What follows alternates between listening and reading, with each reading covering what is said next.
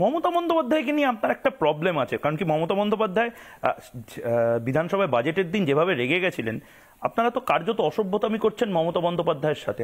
আপনারা বাজেটে অসভ্যতামি করেনি, তাহলে এরকম ভাবে চোর চোর স্লোগান বিধানসভার মধ্যে মুখ্যমন্ত্রী চোর চোর স্লোগান দিচ্ছেন। না, উনি ভূত সেজে কালো জামা কাপড় পরে আম্বেদকরজির মূর্তির নিচে বসে থালা বাজাচ্ছেন। ওর পাশে আপনার চন্দ্রিমা ভট্টাচার্য একদিকে, নয়না ব্যানার্জি একদিকে, অসীমা পাত্র একদিকে, আর বাকি ববি হাকিম সহ এরা সব কালো জামা কাপড় পরে ঘিরে বসে আছে মুখ্যমন্ত্রীর সামনে।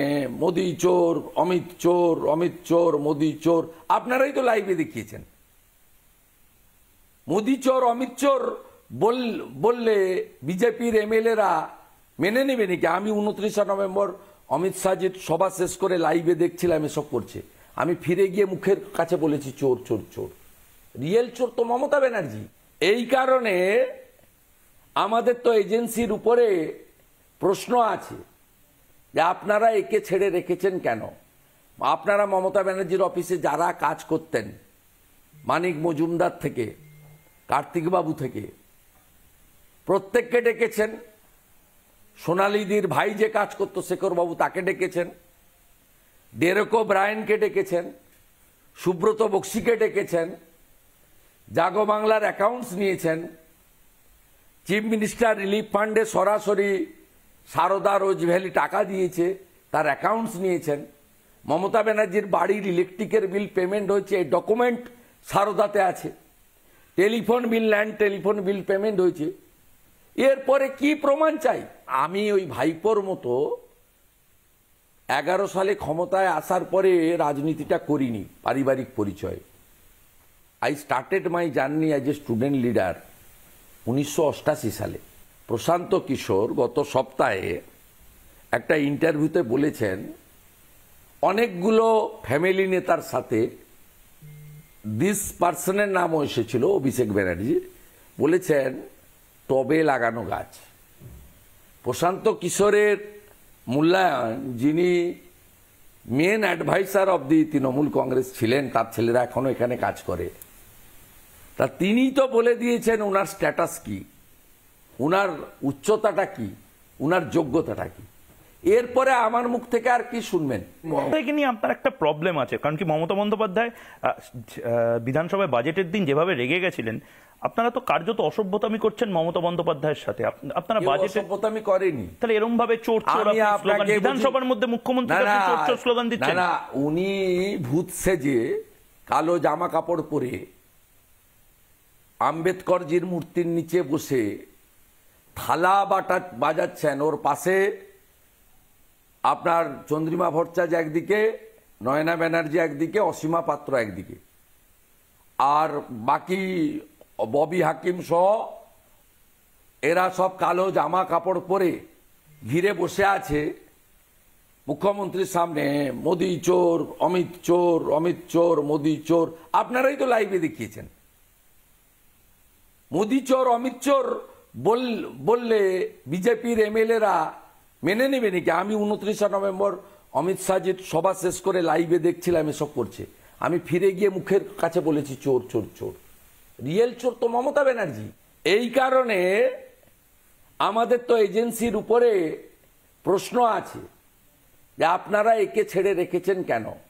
আপনারা মমতা ব্যানার্জির অফিসে যারা কাজ করতেন, মানিক মজুমদার থেকে কার্তিক বাবু থেকে প্রত্যেককে ডেকেছেন। সোনালিদির ভাই যে কাজ করতো শেখর বাবু তাকে ডেকেছেন, ডেরেকো ব্রায়েনকে ডেকেছেন, সুব্রত বক্সিকে ডেকেছেন, জাগো বাংলার অ্যাকাউন্টস নিয়েছেন, চিফ মিনিস্টার রিলিফ ফান্ডে সরাসরি সারদা রোজ ভ্যালি টাকা দিয়েছে, তার অ্যাকাউন্টস নিয়েছেন। মমতা ব্যানার্জির বাড়ির ইলেকট্রিকের বিল পেমেন্ট হয়েছে, এই ডকুমেন্ট সারদাতে আছে। Telephone bill, land telephone bill payment হয়েছে। এরপরে কি প্রমাণ চাই? আমি ওই ভাইপোর মতো 11 সালে ক্ষমতায় আসার পরে রাজনীতিটা করিনি, পারিবারিক পরিচয়। I started my journey as a student leader 1988 সালে।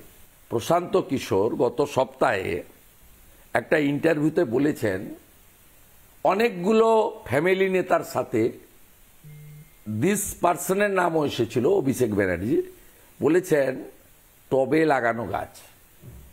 প্রশান্ত কিশোরের মূল্যায়ন, যিনি main adviser of the Trinamool Congress ছিলেন, তার ছেলেরা এখনো এখানে কাজ করে, তা তিনি তো বলে দিয়েছেন উনার স্ট্যাটাস কি, উনার উচ্চতাটা কি, উনার যোগ্যতাটা কি।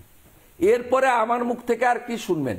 একে নিয়ে আপনার একটা প্রবলেম আছে, কারণ কি মমতা বন্দ্যোপাধ্যায় বিধানসভায় বাজেটের দিন যেভাবে রেগে গেছিলেন, আপনারা তো কার্যত অসভ্যতামি করছেন মমতা বন্দ্যোপাধ্যায়ের সাথে। আপনারা বাজেটে অসভ্যতামি করেনি, তাহলে এরকম ভাবে চোর চোর স্লোগান বিধানসভার মধ্যে মুখ্যমন্ত্রী চোর চোর স্লোগান দিচ্ছেন। না, উনি ভূত সেজে কালো জামা কাপড় পরে আম্বেদকরজির মূর্তির নিচে বসে থালা বাজাচ্ছেন। ওর পাশে আপনার চন্দ্রিমা ভট্টাচার্য একদিকে, নয়না ব্যানার্জি একদিকে, অসীমা পাত্র একদিকে, আর বাকি ববি হাকিম সহ এরা সব কালো জামা কাপড় পরে ঘিরে বসে আছে মুখ্যমন্ত্রীর সামনে। মোদি চোর, অমিত চোর, অমিত চোর, মোদি চোর। আপনারাই তো লাইভে দেখিয়েছেন। মোদি চোর, অমিত চোর বললে বিজেপির এমএলএরা মেনে নেবে নাকি? আমি 29 নভেম্বর অমিত শাহজির সভা শেষ করে লাইভে দেখছিলাম এসব করছে, আমি ফিরে গিয়ে মুখের কাছে বলেছি চোর চোর চোর। রিয়েল চোর তো মমতা ব্যানার্জি। এই কারণে আমাদের তো এজেন্সির উপরে প্রশ্ন আছে যে আপনারা একে ছেড়ে রেখেছেন কেন? আপনারা মমতা ব্যানার্জির অফিসে যারা কাজ করতেন, মানিক মজুমদার থেকে কার্তিক বাবু থেকে প্রত্যেককে ডেকেছেন। সোনালিদির ভাই যে কাজ করতো শেখর বাবু, তাকে ডেকেছেন। ডেরেকো ব্রায়েনকে ডেকেছেন, সুব্রত বক্সিকে ডেকেছেন, জাগো বাংলার অ্যাকাউন্টস নিয়েছেন, চিফ মিনিস্টার রিলিফ ফান্ডে সরাসরি সারদা রোজ ভ্যালি টাকা দিয়েছে, তার অ্যাকাউন্টস নিয়েছেন। মমতা ব্যানার্জির বাড়ির ইলেকট্রিকের বিল পেমেন্ট হয়েছে, এই ডকুমেন্ট সারদাতে আছে। Telephone bill, land telephone bill payment হয়েছে। এরপরে কি প্রমাণ চাই? আমি ওই ভাইপোর মতো 11 সালে ক্ষমতায় আসার পরে রাজনীতিটা করিনি, পারিবারিক পরিচয়।